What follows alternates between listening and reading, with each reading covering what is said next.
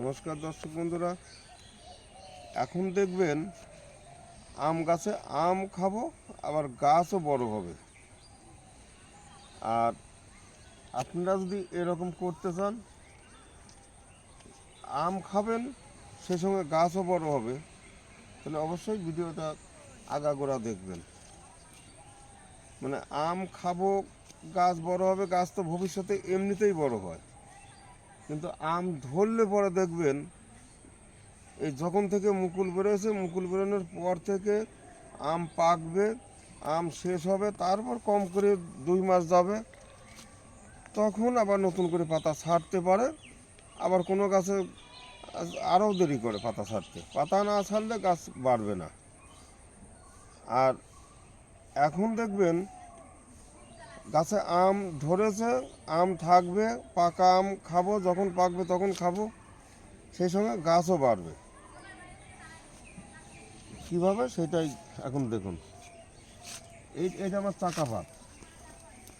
এই চাকাপাতটা সব জায়গায় মুকুল আসে নাই। এই যে যেমন কিছু কিছু জায়গা বাদ আছে, এদিকে এই মুকুল আসে নাই।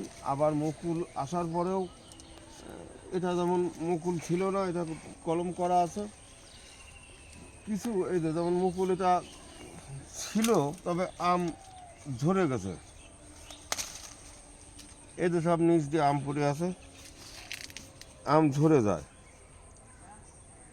অনেক তাপমাত্রা বেশি থাকলে পরে আম ঝরবে, এমনি কারণেও কিছু ঝরতে পারে, অতিরিক্ত ফল হলেও ঝরতে পারে। তা এখানে গাছে যে অতিরিক্ত ফল, এটাও বলা যায়। আবার এখন বৃষ্টি বাদল নেই, এর কারণেও বেশি পরিমাণ ঝরবে, আরও হয়তো ঝরবে। এই যেগুলো আছে এগুলো যে আর ঝরবে না এটাও বলা যাচ্ছে না। এই দেখুন, যেমন এই দুটো আম অনেক বড় হয়ে গেছে, হিসাব মতো এরকম বড় হলে আর ঝরার কথা না। এবার কীভাবে এর মধ্যে গাছ বড় করব? সব জায়গাতে তো আম। তবে এই দেখুন, এই জায়গাটায় এটাও আম আছে। এটাতে আমি কয়দিন পরে এই কলম কাটবো। আর তার মধ্যে এই যে একটা ডগা,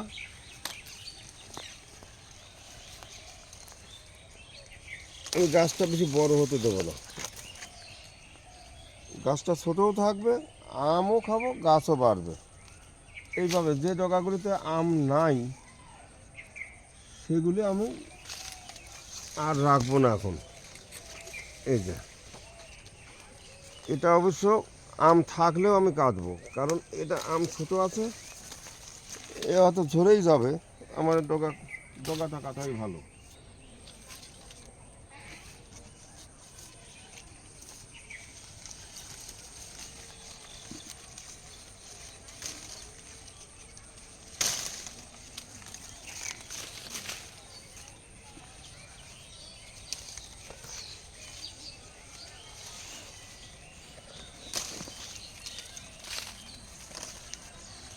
এগুলিতে যে মুকুল ঝরে গেছে, এগুলি মোটেই রাখবেন না। বলবেন কাটার কি দরকার? না কাটলেও তো আমের শেষে পাতা ছাড়বেই। এই যে মুকুল গুটি, ছোট্ট গুটি হয়েই ঝরে যায়, সেই মুকুলের এই ডাঁটাটা কিন্তু 10-15 দিনের ভিতরে এখান থেকে ঝরে যাবে, তারপরে পাতা ছাড়বে। আর যেটা আম একটু বড় হয়ে এই যে এইরকম বড় সাইজ হয়ে ঝরবে, যে কারণেই ঝরুক। যেমন এই যে এটা কিন্তু আম বড় হয়ে ঝরা। এই ডাঁটা খেয়াল করবেন, কম করে 1 মাসের ভিতরেও এটা এখান থেকে ঝরবে না। আর যতদিন না ঝরবে ততদিন এখান থেকে পাতাও ছাড়বে না। তাহলে পরে এবার আমি যদি কাটি, তাহলেই কিন্তু সহজে এখান থেকে আবার পাতা ছাড়বে। আর পাতা ছাড়ে কি ছাড়ে না সেটাও দেখবেন, একটু পরেই দেখাচ্ছি।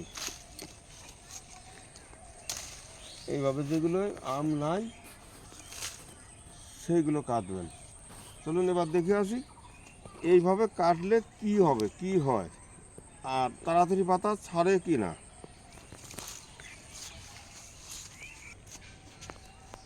এই দেখুন, এই যে কচি পাতা, কিন্তু কচি পাতা ছাড়ছে, এটাও দেখুন এই যে কাটা চিহ্ন, এই ডালাটা বড় ছিল। আমি এই গাছটা বড় করব না। আর এক কথা, আমার আম, এই যে যেমন আম ধরে আছে, এটা বেনানা গাছ, এটা আম ধরে আছে, আমও খাবো, আবার গাছও বড় করবো। এই যে এই দেখুন, এই যে এগুলি, এই যে সাইডে যে সময় মুকুল গুটি গুটি সেট হওয়ার আগেই আমি কিছু কিছু এইভাবে ডালা কেটেছি মুকুল সমেত, আর কিছু কিছু রাখা ছিল। কিছু কিছু বলতে এই একটা গাছে যে পরিমাণ আম থাকবে সে পরিমাণ আমার রাখা আছে। আর ওইগুলি যদি আমি না কাটি তাহলে যে আমার খুব বেশি আম থাকবে তা কিন্তু থাকবে না। এই দেখুন এখানে এই যে এই সমস্ত আম ছিল বা এখনও আছে, এর মধ্যে হয়তো এখনও 2-4টে ঝরবে, ঝরার পরে যা থাকা থাকবে। এই যে নতুন পাতা বেরোচ্ছে, তাহলে এই যে নতুন পাতা বেরোচ্ছে, এই গাছটা এখন সামনে বর্ষা, আরও 2-3বার তো পাতা ছাড়বেই।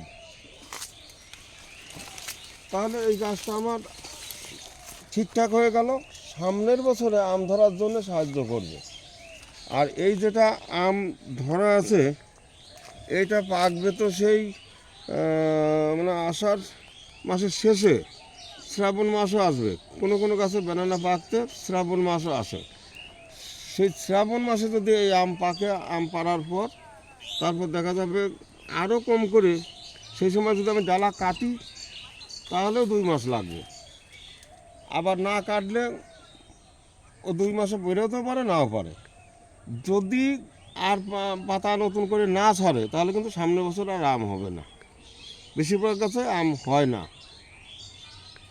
সেই জন্যেই আমি যা করছি, আমার আমও খাওয়া হচ্ছে, আবার এদিকে গাছও বাড়তি করছে। দর্শক বন্ধুরা, ভিডিওটা ভালো লাগলে অবশ্যই সাবস্ক্রাইব করবেন।